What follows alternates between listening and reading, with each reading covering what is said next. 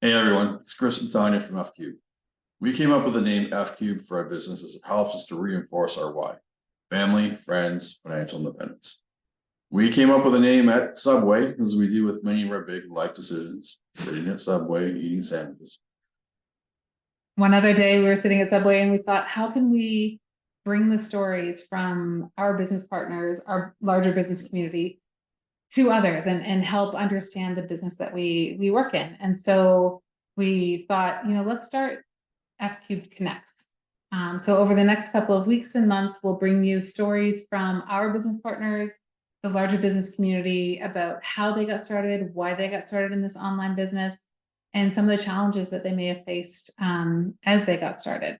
So join us, look back at some of the old recordings, and we look forward to sharing this information with you.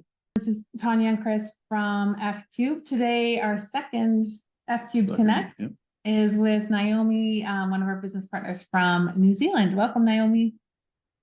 Thank you, Tanya and Chris. Yeah. Maybe let's start off with just a quick introduction, Naomi, to yourself, where you are, maybe a bit of your heritage and background, and we'll go from there. I'm Naomi. I'm from the Hora Whenua in New Zealand. I'm Māori, and 59. I have 5 children, a wonderful husband named Rob, and we've worked all our lives, my husband and I. My 5 children are all grown now, adults.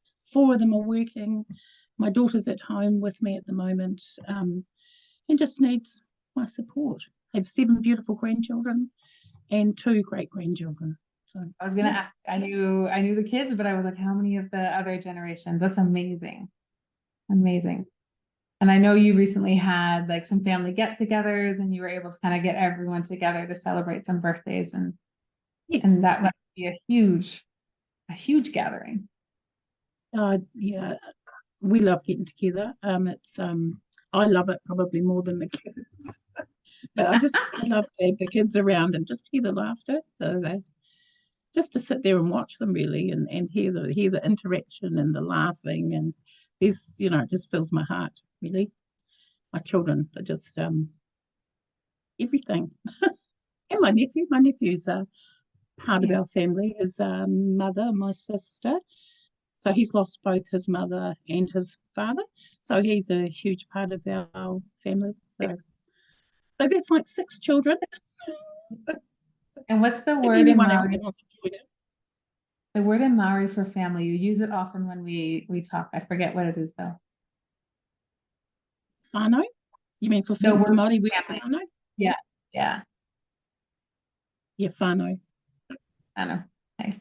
Yeah. Would you say that's like your biggest passion in life? But from our conversations, I pick up that is your biggest passion. But absolutely, that's definitely what drives me is my children. My love for my children. I just, you just want the best for your children. As parents, we know that. So that's what we all do, and that's part of the reason why I joined the business was obviously for me to learn, and then hopefully my children will learn. It just gives them another opportunity instead of the 9 to 5 grind, which they all do, which my 4 sons do. They get up and go to work religiously, which is great. And sometimes they're just so incredibly tired, which we all know, because so is Rob and I, obviously, when my husband comes home incredibly tired. But, it's just another way of working, another way of thinking, and it is possible, which is what I thought about this business, the opportunity of this business. It is possible. It's not just about, the grind of every day. We talk about that manual all the time. Yeah. Our kids are 4 and 6, and Chris is already saying, I want to teach them that, you need an education so that you're educated, but that it doesn't mean you go into the 9 to 5 grind, that you open doors with that to do whatever you want, whether you're an entrepreneur in the trades, really anything. I don't think many people are brought up to know that being an entrepreneur is a great option, or even informed. You know, my dad owned his own business, so it was something I was very much aware of. But I think most people go to school, get a job. That's kind of the path that everyone's kind of shown and provided. That's interesting. We've been trying to get them thinking about not so much like what do you want to be when you grow up, but rather what problems do you want to solve? Like start looking at things bigger than yourself that you can try to lean into. And, you know, obviously you need some schooling to, you know, be a functional, non-biting, you know, human being, but, you know. They learn the not biting part early. Yeah, you know, you get bit a few times, you learn not to bite people, but no, just sort of think about how you can contribute rather than what the world can offer you. Right. Yes. Definitely. Indeed. I totally agree with that.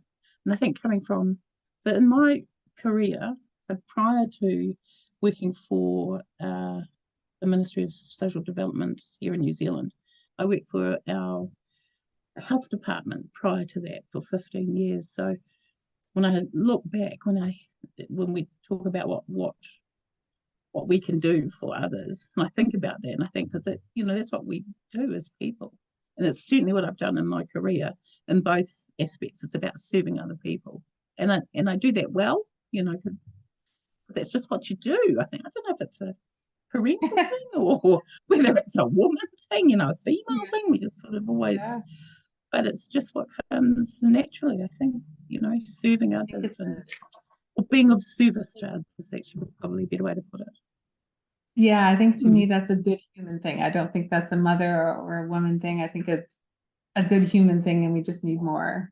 I think some cultures are more geared towards it. They're more communal or collectivistic in nature, where they look out for each other. You know, the whole is greater than the parts, but in North America, it seems to be a little bit opposite sometimes. It can definitely be a lot more me than some places I've visited, but it's but I think, you know, we just attended that conference, and 2,000 other business owners, and the vibe was definitely, you know, family, like we're all in this together.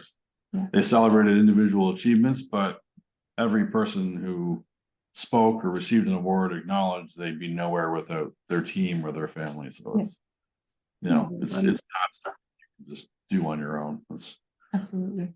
I mean, you can try, but it's that expression that they say, if you want to go fast, go alone. If you want to go far, go as a team. So I think it's the ones that we kind of really took away with us this week. I think the other one that you can say is, you know, 100%. If you help others to achieve their goals in life, you'll want for nothing. So again, I think, Naomi, we talked before this just a bit about, you know, wanting the best for people and kind of giving your all to that.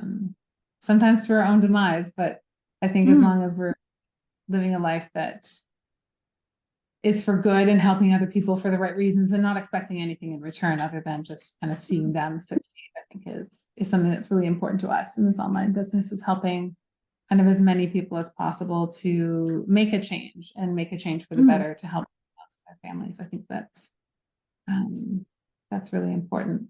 You mentioned having worked in different places before. Are you working now, or are you working just I'm not working now. I'm not working now. I'm not so in my post on my personal page, so I worked obviously for Mid-Central Health, then I worked for MSD for 18 years, and then I went to work for Puku Tribal Authority, and I started there in January this year, and it's wonderful. The people there are wonderful, the environment's wonderful, but the job just wasn't for me, and I didn't feel fulfilled still. And I started the resignation process and our dog Bullet would like to join the conversation as well. He's making a cameo. He doesn't like to be ignored for more than 5 seconds. That's lovely. I love dogs. Yeah. And I eventually left there on June the 16th. That was when I resigned from there, and that was about my health, my well-being. It wasn't just about the job. It was definitely about my health and well-being. And at the time that I resigned, in fact, that same week I resigned, my daughter contacted me and she came here to live. It was just all happened in that same week. I did it. You know, we think about, I can't think of the word now.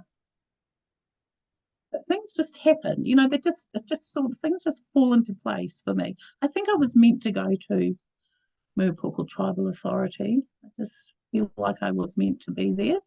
And then obviously I was meant to get some sort of experience from there. Then I answered the ad with Chris and Karen. And then that fell into place, and remember about the money that I'd already put away. You know, I thought, oh, that's where it's meant to go.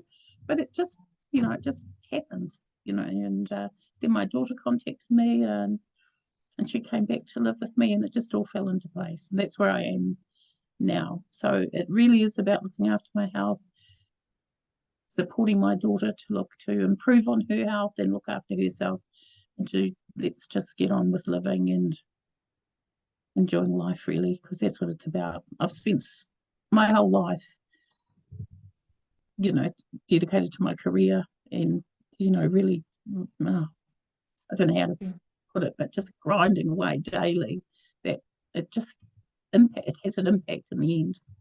It really does. It really does on your health. And then, of course, then there's, you know, then you just throw in a bit of menopause in there, and hello, there's chaos. Yes, I don't look forward to that time, and nor will you. Nor will I. Oh. No. Everyone around you is affected. It'll be great. No, I loved the story that we were talking about before, where, you know, you kind of decided that you didn't want to work there. You wanted to take some time for yourself, and you just put it out to the universe. And it was kind of within a few hours of that was when you saw the ad, and you had been squirreling away this money, knowing it wasn't for anything exactly that you had thought, like a new car or something, but you knew with certainty. I think, ironically, Chris came to me with this business opportunity last Christmas and said, you know, this is what we should do. And I had tons of reservations. He hit basically a brick wall.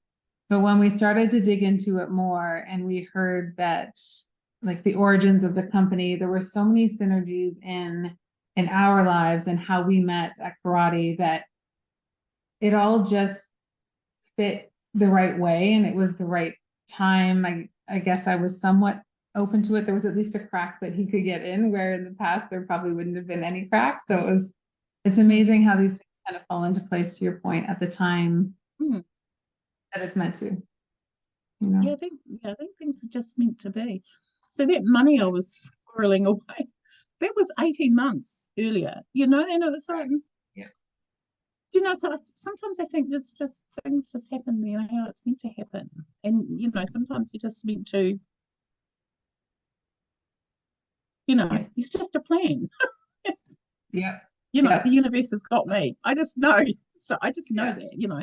And I don't mean to sound airy-fairy, because I'm not airy-fairy. I'm very practical. My jobs have always been that way inclined. I'm not airy-fairy, but it's just,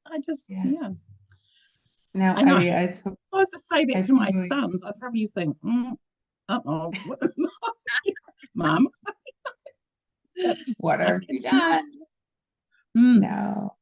No, we don't really consider ourselves like religious, spiritual maybe, or aware of their forces greater than we can explain. And I've always believed that as soon as you start to take ownership for your life and your existence and why you're here on this planet, that the universe will recognize your efforts and for you. You just gotta kind of put it out there and be open to it. Just being open to it. Yeah. Yeah, for sure. Absolutely agree. That's why we're all reading The Magic. Actually, you know, I even had The Magic. I probably brought that about 10 years ago. That's so funny. It's a long time ago. It was on my bookshelf and I hadn't even opened it. That's so I know. And I remember I've got so many books. But, the early post of yours, you were talking about implementing the savor idea into your morning routine. So silence, affirmation, visualization, exercise, reading, and scripture, Scribes. And I've just been doing the audiobook for the Miracle Morning and have started at least attempting to put it into my morning. So I think it's again, we live our life to put good energy out, do the things because it's the right thing to do, not with an expectation of anything in return, but yet what you put out kind of comes back in tidal waves, which is pretty amazing. Absolutely. I think you just got to be on the same vibe, don't you? You just do, because you know it's pretty difficult to expect great things to happen when you're naked. You know, you're just not putting it out there. You're on the wrong vibe. You know what I'm saying? Yeah. So it's like, wow, I totally agree with that. Totally, it totally resonates with me. Absolutely. But, you know, that's probably happened from my child. No, it hasn't happened because of my childhood, but it's been something that I've always had been a part of my life since childhood. With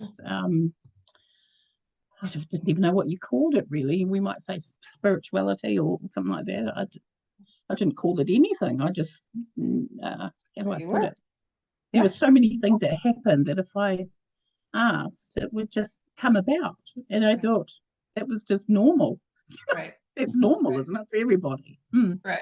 And it really is. There's so many instances that I could talk about where I put it out there, and you know things have come about so many times.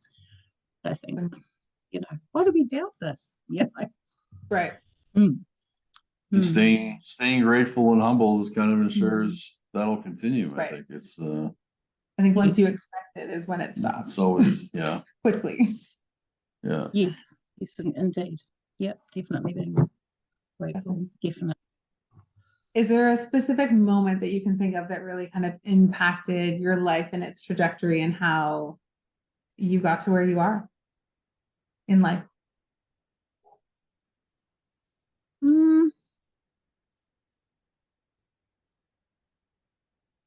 It's always those forks in the road that we don't recognize. Yeah, I think after they've happened. Yeah, my childhood wasn't the greatest. From a broken marriage, and my mother was. So we obviously went with my mum, and my mother was an alcoholic. Not that I knew that was what that was called. Right. I didn't know that until I was on the road to supporting someone in addiction. Right. And then it's going to meetings, addiction meetings and things like that. I came across what an alcoholic was. And I thought, you know, the light went, I thought, I wouldn't have thought my mum was. I just wouldn't have associated her with that word. I don't know what I thought an alcoholic was. I don't know. On the street with a brown paper bag. I don't know. With the overdose, you know. Yes. But and then, you know, it just dawned on me. I said, oh my goodness, that's what my mum was, you know.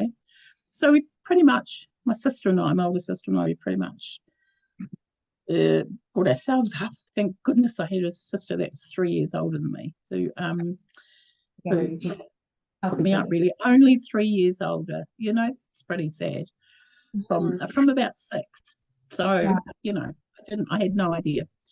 So was there anything? What I did know is what I didn't want. If I ever get to have the opportunity to have children, that is exactly what I didn't want for my children. So when I think about my children, everything I've done has been about my children. I had children, my first child. Everything I've done has been about my children being first, that they won't ever feel like they're alone or by themselves in this world, or have no one to talk to or go to. They'll never ever feel that. So that has been the driving force for me. Well, it's entertaining himself again. How beautiful! Yeah, he's got this huge, this giant toy. Oh my goodness, it's enormous. He's an enormous dog. So yeah, he's about This photos are beautiful. He just flings it around and bangs it off and everything. So I don't know if you can hear it or not. So big. Probably good, but he's a big guy. Oh, he's gorgeous. He's just a puppy. He is. He's just one. He just turned one, so he's a bit crazy. Wow. We Yeah, lost that our was- dog maybe 3 months ago. I don't know. It feels like just the other day to me. First No, time she ran on the road as I was taking her for a walk. I can't believe it. Anyway, my yeah, husband and I, we're still heartbroken. We can't quite. It's not at the place to get another dog. My kids say we have always had dogs. You know, need to get a dog. You know, I can't yet. Can't. So yeah, we lost. I know I had to before I met Chris, and they turned 12. They would have been 13 in August, and we lost one in November. He had cancer and passed quickly. And then we had Tessa, and we had to put her down in June. But almost immediately after we put Baron down, I wanted another dog. It was a really, really Nice. interesting drive. And the kids say, well, now that we only have one doggy, we should get a second doggy, but we're not quite ready for a second puppy. I would. Wait. I was fine to just deal with the one aging dog Yeah. and, give her all her time and energy for whatever time she had left, but We brought home this hooligan and she wasn't too sure why we did that. yeah. Beautiful. Tanya had messaged me from she was in India on a trip and she's like, I found a dog. I'm like, in India? You're not bringing you're not bringing back some Mumbai street dog. Like I don't no, you can't rescue the dog from India. That's not. I said, no, he's like half an hour away, but I found it locally here, yeah, which he is was good. here. It's so I- funny. What an India. Yeah. So I arranged I'd have for thought the Chris to same. go. Totally. I arranged for Chris to go and see this dog, and I like FaceTimed in with them. And Chris was like, I don't know if she's gonna wake up. And it was 4:30 in the morning for me when he got there. And I woke up and she's like, I'm not real concerned about the home that this dog is gonna go to. If you're gonna call me from India to see this puppy, I think we're good. So yeah, no. There was two. Like Chris Beautiful. said, well, we can't take two. And I said, no, we're only taking one. He goes, well, how do I know which one? And I said, it'll pick you. You don't need to worry about Yeah, picking. yeah, they do. Mm. Oh, you said Bullet was like all over you and the other dog really wanted nothing Pretty much, to do yeah. with you. Yeah. So yeah, it was We've had rescue dogs. Yeah. Yeah.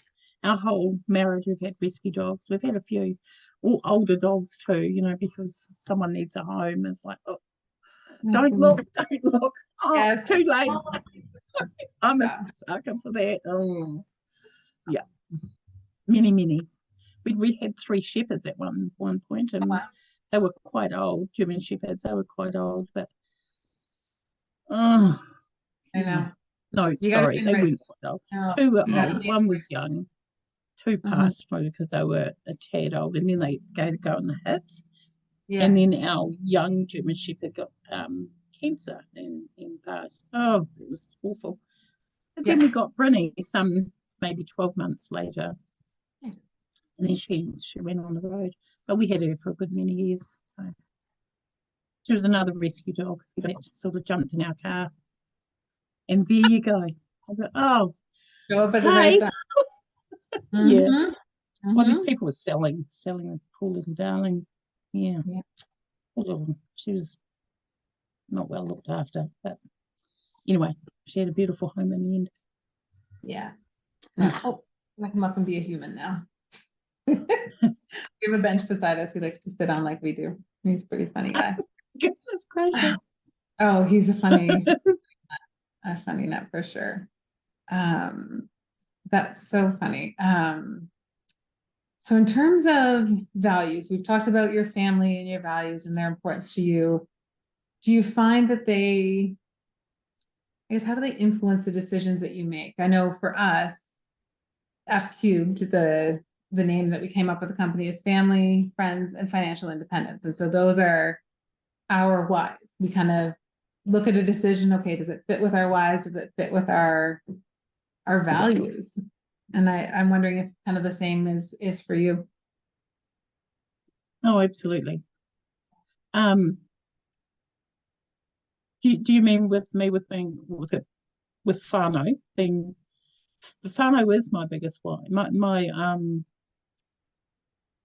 everything I do Right, is everything I do is about my family. That's I don't do amazing. anything that doesn't you know, they're at the forefront of my mind all the time. I can't say I'm going to do something just because of me. Which is interesting as parents, I think, as mothers, and you get to a stage where people say, well, you know, it's about, take some time for yourself. What does that look like? You know, because you spend so many years being a parent, because my oldest is 42 and the baby's 30. And then there's my husband. No, I mean that nicely. Because husbands need looking after too. And then grandchildren, and then it's like, you need to take time out for you. I think, what the heck does that look like? It took me a long time to even think, well, actually, what I do is I go to the beach and I can sit there with a book, and, that's just bliss. Wind the windows down in my ute, or get the chair out the back of the ute and sit there and just smell the sea air and read my book. That's bliss, because it's peaceful and that's really interesting. Beautiful. It's funny because Chris will often say to me, go do something for you. And I'm like, well, to your point, what is that? Like, I don't know what does it look like? Yeah. And I struggled a bit during parental leave, like when I had our kids, and I was like, I need to do something that's for me. You talked about not being fulfilled in different jobs, and I was like, I need something more than just caring for our kids when I was at home. I was like, that's not enough to fill my bucket. And I was able to kind of re-engage with photography, which has been really, really fun to get back and kind of explore again. And then with that, during the pandemic, my mom would take the kids at times, which was awesome. And we would just go for a walk, and Chris would have this app on his phone that could listen to bird calls, and he'd tell me what bird it was, and then we'd find it and we'd take pictures. Go back into nature and explore. The kids were too young at that. It's beautiful. It's really neat now. So, and taking the kids out now, they like to explore and see the forest, and it's but there are times where you can tell so beautiful. You could tell she just wasn't herself. I'm like, grab your camera, jump in the truck, see you in 5 hours. Like, I don't know, just go do something. Go. Yeah. Oh, you're beautiful, Chris. It's so lovely. God. Yes. I try. There's so many husbands that don't do that. That's just wonderful. That don't recognize. And like, even the whole, to me, it was important that he realized that, because I wouldn't admit that myself.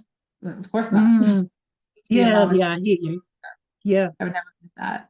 But even moving to the whole online business thing, like the transition was, Chris was tired of being an employee. He wanted to spend more time with our kids. And it's like, beautiful. How many fathers voice that, like truly want that?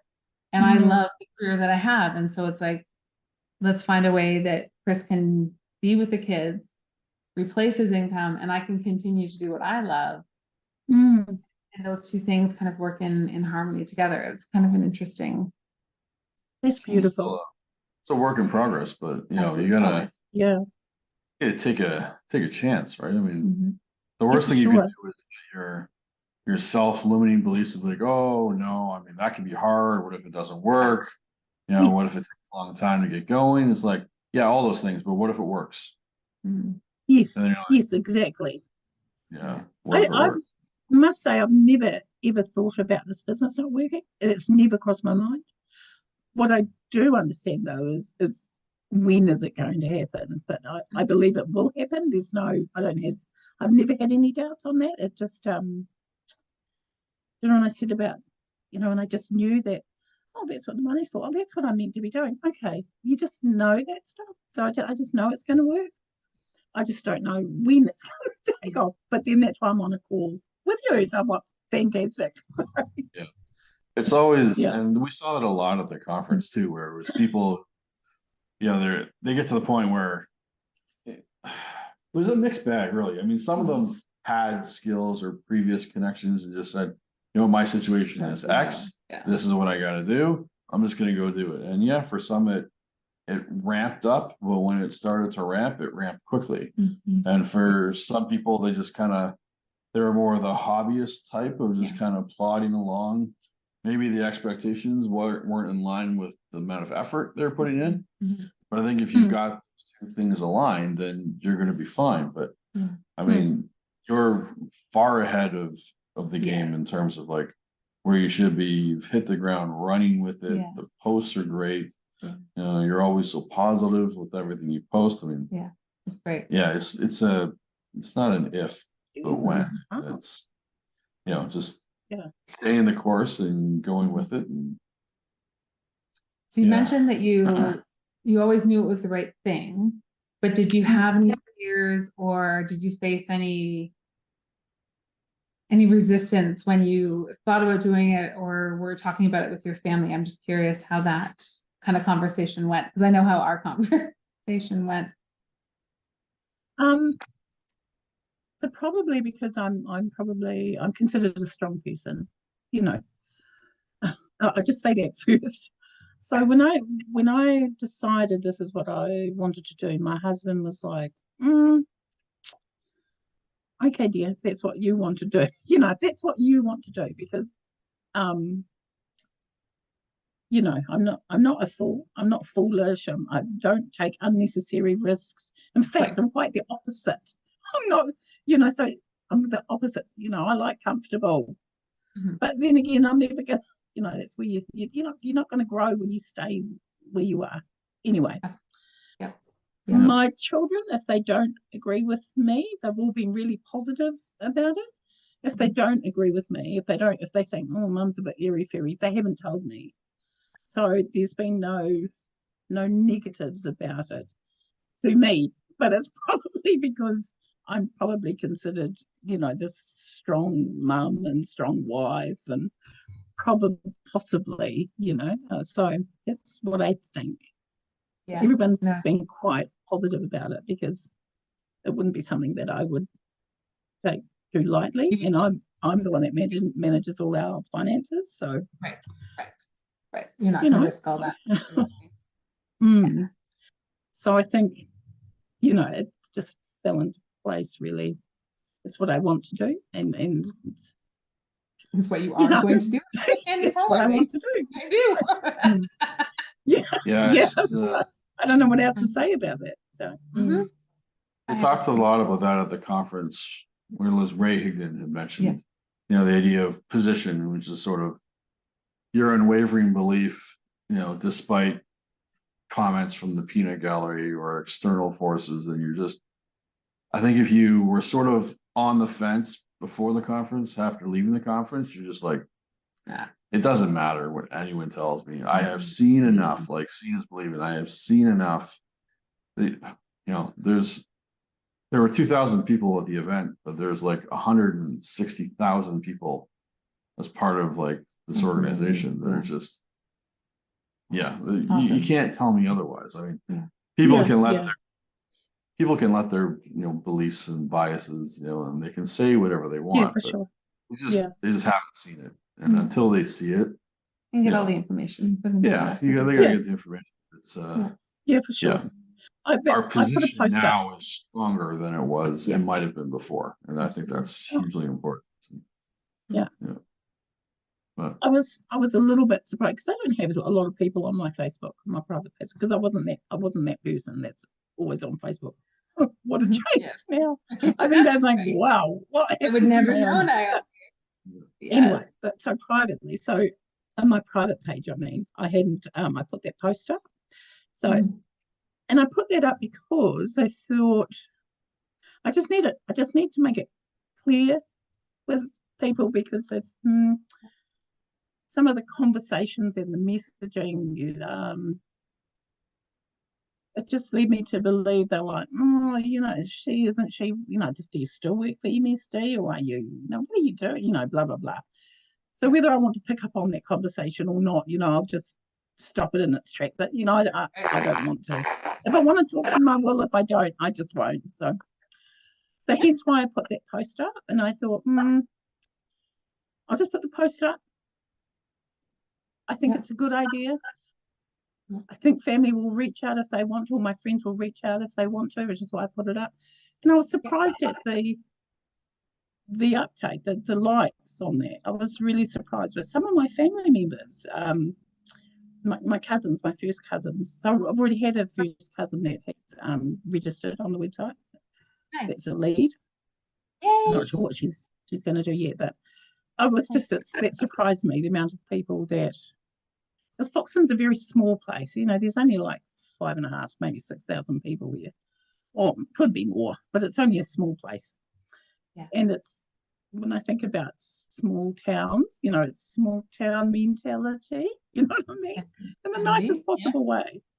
That the thought of doing something outside of the 9 to 5 grind is just, it's just not what would be considered even possible. So the fact that I'm here and I've done that, I'm thinking, wow, you know, because I haven't seen that anywhere. I haven't heard of anyone doing this sort of thing before, or working online with an online business, digital business, because normally talk gets around pretty quickly, and with having 5 children here that know everybody, you know, it gets around pretty quickly. So we've so had a few people say, you know, you guys have been around the block of you, like, you're not dummies basically, so there's got to be something to it if you've done it and we've done it for this long, you know.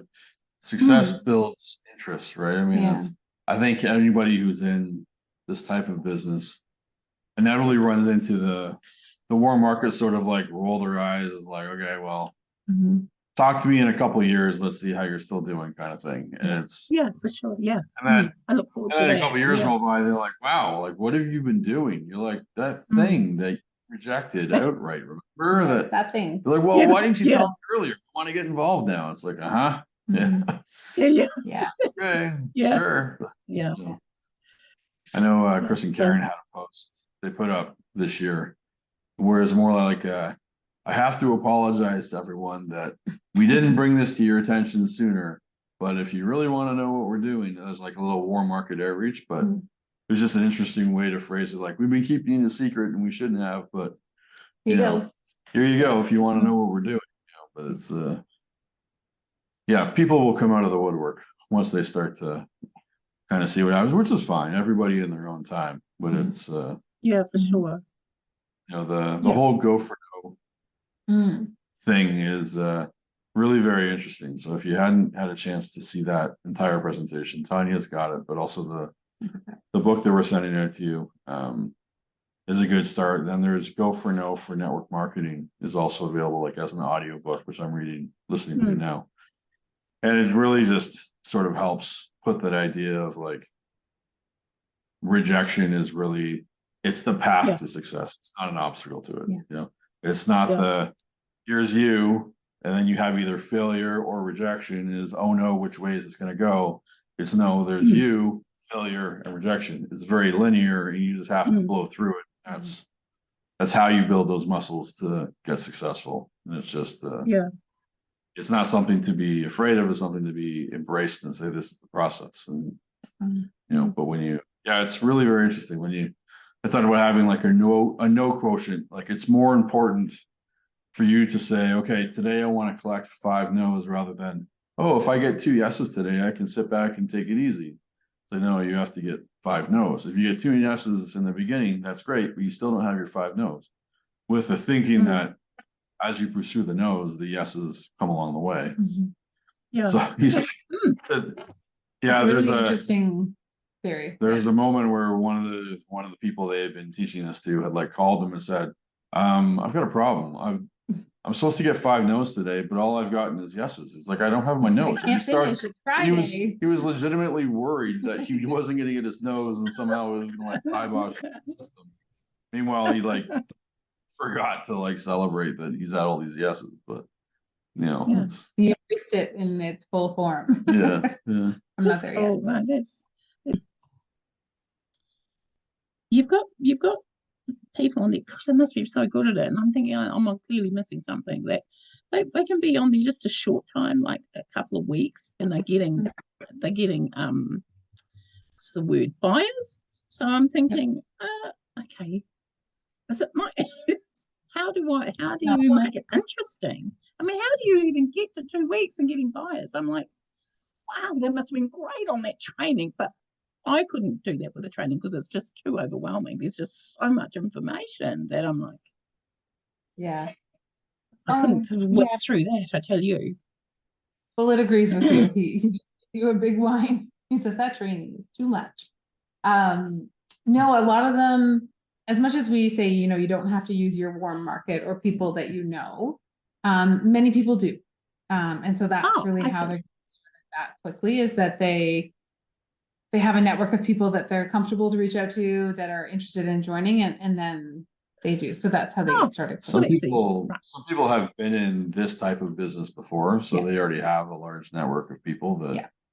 they can reach out to. So Oh. people who have Yeah. done this kind of thing, they're used to it and they can ramp up pretty quickly, or they already have Oh, okay. a large people who are Well, that receptive. makes sense. Yeah. Some people are just damn lucky, and you know Yeah. they create an ad and they send it to the right people and it gets a Oh. response, and you know it's Yeah. I mean, obviously if there was a way, everyone would do it and it would just be It'd the be way. doing, yeah, for sure. Yeah. But it's yeah, I mean, we run a lot of ads, Mhm. a lot of ads. And when we see people like, oh, I've moved up like 5 ranks with 0 ad spend, I'm like, That's just a different approach. yeah, that's a different approach. Yeah. Yeah. You know, but We didn't want to reach out Okay. to our warm market. You know, some of them have started to kind of trickle in terms of expressing interest, but it was something that we knew when looking for an online business, we didn't want to have to Yes. do it. Yeah, That agree. was too Yeah. yeah. Yeah, I No, wouldn't the like nice to do thing that either. is- If Yeah. nice thing if with they're this- interested, they can certainly contact me, but Exactly. I don't want to Yeah, hit them if up. they want. Yeah. Yeah, I for mean, you sure. get the whole world to market to, so Yeah. Yeah, for you sure. need, Yeah. you need to, and You know, we sit here in Yeah. Canada and you're in New Zealand. It's pretty amazing. people you get to meet doing this. I mean, Definitely. Definitely. although I watched sometimes I've a met and part of the training, there's something that Chris and Karen put up, and they talked about ads and that they spend $5 a day on the ads. Did you see that one? I was like, really? Just $5? That's so good. Yeah. Wow. Okay. Well, I'm not spending $10 again. It might have been a little while ago. It really depends, I think, to Chris's point of how much you want to put into the business. What you put in, you get back. How fast you want to run with it, how much time you have. But you know, it's all dependent on your specific situation and what you're comfortable with and what you can do, you know. consistently. I think is the Yes. key, right? I Being mean, consistent. you want to be consistent with it, and you don't want to slow down. I swear, the moment we're like, you know what, we've spent too much, it's not working, is like the second just before it breaks, and that's kind of the. I don't know if gamblers go through that. It's maybe a little bit like gambling sometimes, where you're just throwing money into the one-armed bandit, Yeah. and you think, I mean, oh, yeah. I walk away. Someone's gonna come in and put in that dollar and take the jackpot. Yeah. But it's I think the main thing is that we're testing and we're learning from every campaign, from every time we reach out to people. We're testing what works. We're trying to get rid of the things that don't. And it's a numbers game, and sometimes it's, you know, you get a hot streak and you're like, hey, things are looking up, I think it's kicking in, and then it slows down again, and you know, you just kind of back and figure, okay, what was working? Can I do more of that? Can I replicate it a bit? Reaching out to other people. Okay. Yeah. It's okay. It's I think my ads may have been a bit wordy too. I think I've got to cut that down, just cut it down. Oh, for goodness sake, that's way too wordy. Once it goes up, I think, oh, that's way too wordy.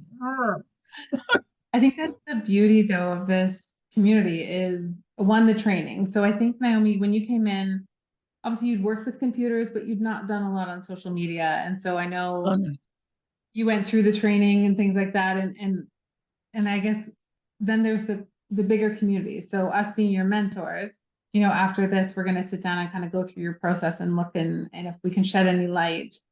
But it's, you own your own business, but you're not in it alone. We're all here to kind of help, and you've got the training, but then you've also got access to us. I wonder kind of what your experience with that has been. Did you face challenges when you started going into the training, and who's helped you along that journey? You know, outside of Chris and I, like, have your kids been helping you? I know with some of our teammates, their younger kids have helped with some of the things. I'm wondering what your experience has been. My granddaughter, Yeah. a 16-year-old granddaughter, she helped me Nice. with Canva, because I had never Nice. been on Canva before, which was a blessing. I still needed her help, but you know, she's in Auckland at the moment, so we can just go online because she knows how to do all that, you know. How did I find the training? Yeah, overwhelming, really. Yeah. I'm sure No. everyone does, because I don't know what I was thinking, but it's so comprehensive. There is so much that I was like, wow. Right. Wow. Overwhelming, and If you thought you're I know gonna whip through this in a week, yeah, no. Yeah. I'm still going through the training, you know, but See? Oh, we but still I pop back can't into whip through it because I have to keep going back over it so I can cement some of that information. So Yeah.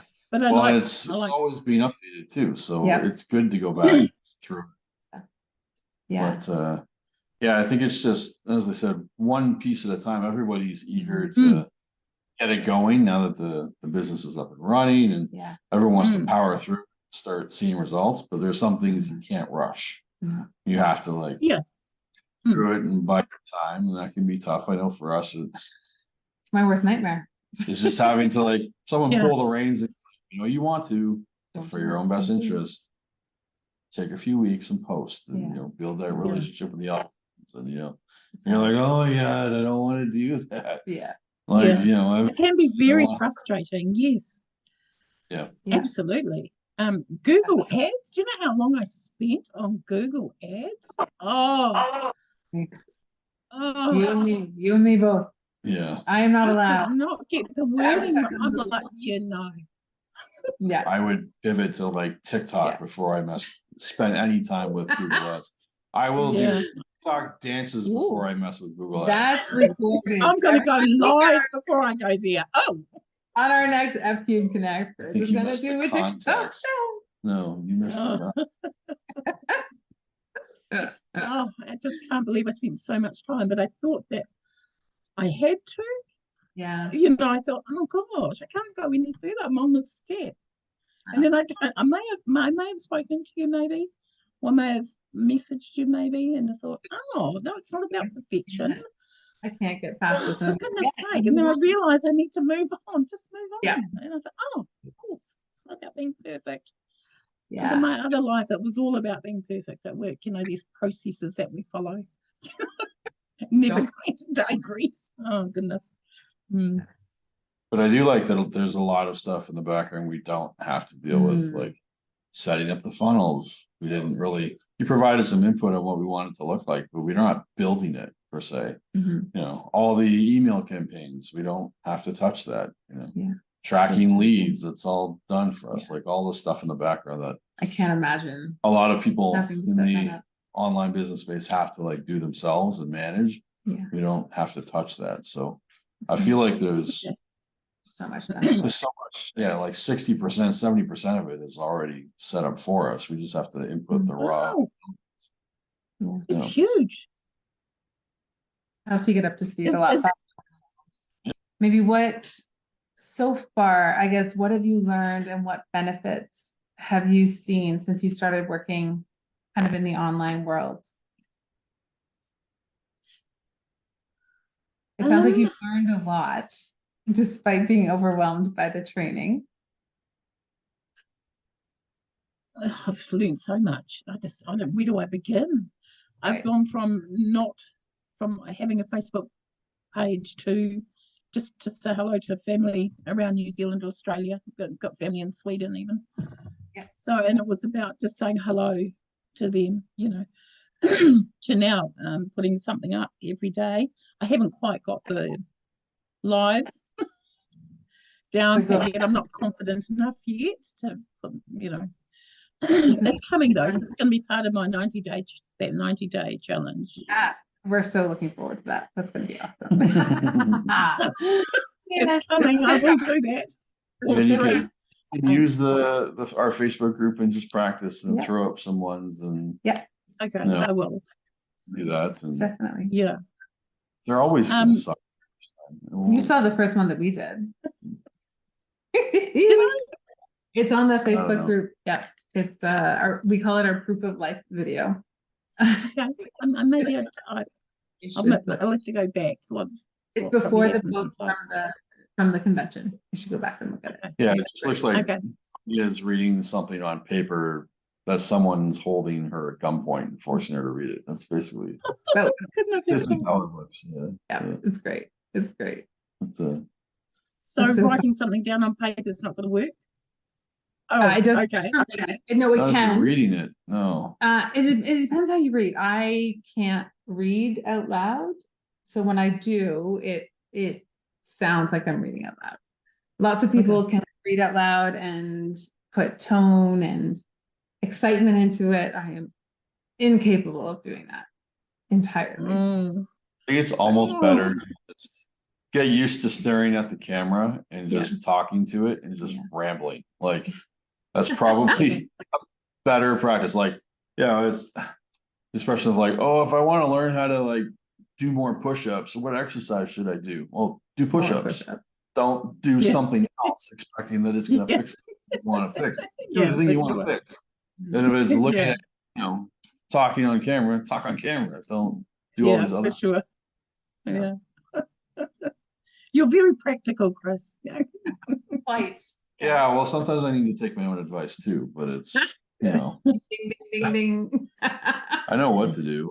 And I'm good at telling people what to do. I just don't necessarily do it myself. And I've learned to. So just recently, so because it's been since June that I finished work with Merpuckle, and then I'm thinking, oh, okay, yeah, I can do this, but of course you need a bit of time. Really, I just need some time, which has been good, and it's just clicked this week. The mind, body, and soul thing. So because I got so unwell in menopause, and you get extremely overweight, so I've just put something together, not yesterday, the day before, a spreadsheet about my high water, about walking, about exercising, about my water intake, food intake, just some stuff like that I put together a spreadsheet together so I can monitor monitor that each day. Yeah. So and that's about being, if you want to be, this is my business, so you need to present the whole package, not just being in front of this laptop doing up an ad. It's so much more than that. And I thought, right now, you just got to get sensible. I've had a wee break from work and sort of got myself together. And now I've just, you just need to, I just felt I need to get serious about it, but have fun with it. I don't mean serious as in, I just mean focus. It's my business. Focus. Yeah. That's a great word. Yeah.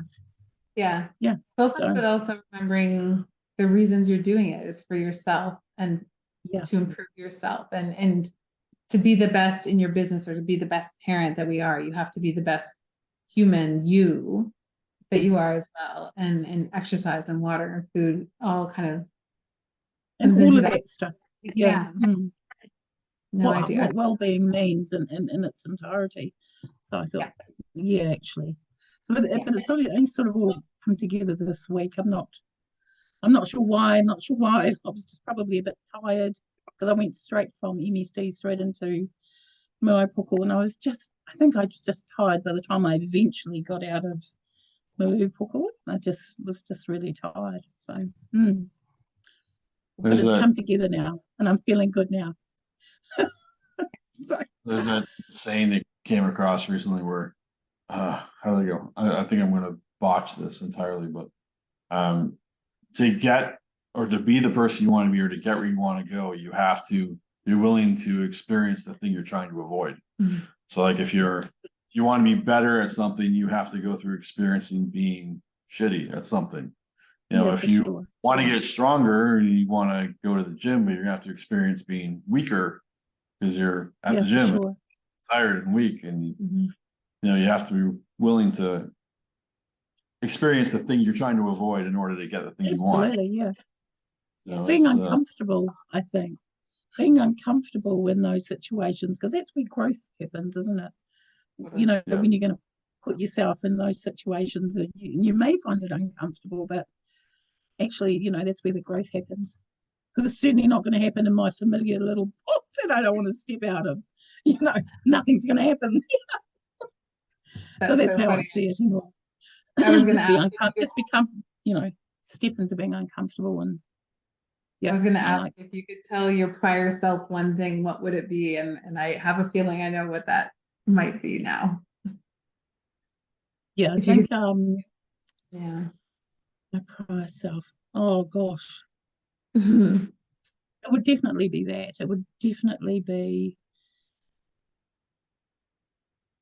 It would definitely be that growth. I think I've experienced growth in every part of my life, but to get to 59, I'm 60 next month, and to all I can think about now is about taking care of yourself, really, your whole order, taking care of your whole person. And, you know, it's easy to say that at 60, you know, when I'll be 60 soon. It's easy to say that then, because would I listen to anyone who told me that when I was 30? No. Or 40? My 40s? 60's the new No. 50. 60's the new 50. You're good. Yeah, no, you just don't though. You just charge on, don't you? You just soldier on. You You don't soldier on until you stop can't. and think, unless you're in an environment where maybe you have parents that do that. They're saying, you know, and then you learn from your parents, don't you? Because you're watching them. But I didn't have that. So, you know, Yeah, I it was just did the best I could with what I had, with what skills I had. Thank goodness for my sister. Yeah, who we was were 3 years Niagara older than Falls. me. Yeah. Yeah. We were in Niagara Falls with the kids, and we've done a few really fun kind of trips with the kids. And I said to Chris, you know, two things. One, we would have never been able to do it if Chris was working full time, because it was kind of an impromptu middle of the week. I had some extra days to take off. But more, I reflected back on my upbringing, and it was something your mom had said to you as well, Chris, was, you know, I didn't do that type of thing as a kid. My parents were very much, Naomi, like you described, in terms of you had to pay off the mortgage, you had to do all these things, your career was number one, you didn't take time. And I don't remember my parents playing with us as kids, where they'll play with our kids now because they aren't so focused on making the money in their career to pay off the mortgage. And I think that's the one thing that's really important for us, is to give our kids those experiences throughout their life, not just when they're older and we feel like we've made enough money. I think they need to have them kind of throughout and have those memories of spending time with us. Because I remember 2 family vacations my whole life, and one unfortunately was after my dad was passed, and the other one he didn't come because he was renovating our house and wanted us out. So it's like you need to make time for those. And your mom had said to you, like, Yeah, you do. I had lived in Niagara Falls for 4 years when I was younger. And we listed all the things we did in like the span of 3 days. And she's like, "Oh, wow, we never did any of that." And yeah, I know. That's why we did it. Yeah. I like, mean, you know, Wow, it's all things I wanted that's to do. amazing. yeah. You know, I don't think we did that either. Well, clearly I didn't. I must say, my mum, you know, you know, my mum, who was an alcoholic, she was a better grandparent than a parent. She was a wonderful grandparent to my children. So, bless her soul. You know, I love her very much, regardless of the upbringing. But an amazing grandparent. She spoilt my children rotten. So, and they Yeah. deserve to be spoilt. And they adore their nana. You know, they just adore their nan. So, or they adored. You know, so whenever they talk about their childhood, they talk about nana and going down to nana and granddad's. You know, so they were there just about every weekend and take themselves off there. You know, you're like, wow. You know, they weren't little, mind you, because they wouldn't be allowed. I just wouldn't allow that. They were older. You know, and they were there all the time, Yeah, my helping mom's in the a huge part. gardens, Yeah. painting the house. You name it, they were there helping, putting firewood away. Yeah. They're amazing with their grandparents. Family's important, for sure, for sure. Everything. I think the last question that I like to ask is what legacy do you hope to leave behind, and what impact do you hope to be able to have on others in the life that you have? The deep one. Have I ever thought about that? I have.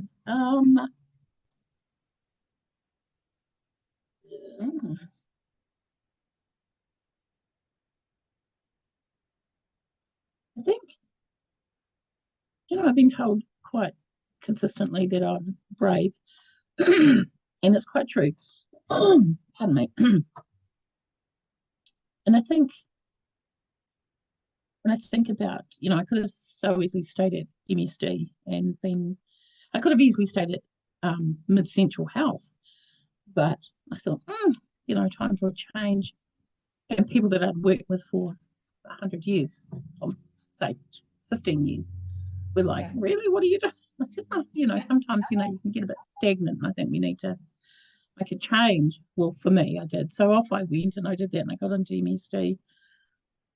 And it took me about 2 years to settle in there. And I had all these doubts and thought, why the heck did I do this? I miss my colleagues, blah, blah, blah. Anyway, so there I was there for 18 years. And then I thought, 18 years later, I need a change. So off I went to Murupoko. Now, each time people have said, gosh, you're so brave. Why would you do that? And then I go and resign from Murupoko and think, I just want to do this. I'm like, oh. And that's probably the reaction that, people have said, oh, you're so courageous and good on you. But I've had some really positive feedback about doing this. So I think if there was anything people would say is, oh my gosh, she's brave. She wasn't frightened to step out there. And I'm not frightened to step out there. It's just got to feel right for me. Yeah.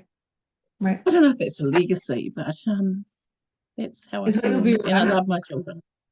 Pardon? Yes. I said it's what you'll be remembered for, and of course your children and their lives and their remembrance of you, for sure. It's never how much money you had, it's always how you made people feel. That's our currency is people. Yeah, for sure. Although I'd like to do something so bafflingly crazy that my ruins become a tourist attraction, but I haven't figured out what that is yet. But okay. I don't aspire to such things. Sorry. That's like the pyramids of Giza. Sell tickets for 1,000 years to try to figure out why the hell I did that. On that note, let's thank everyone for joining us. Naomi, thank you so much for your time today. We appreciated the conversation. Thank you. And again for the next session of FCube Connect. Thank you so much. Welcome.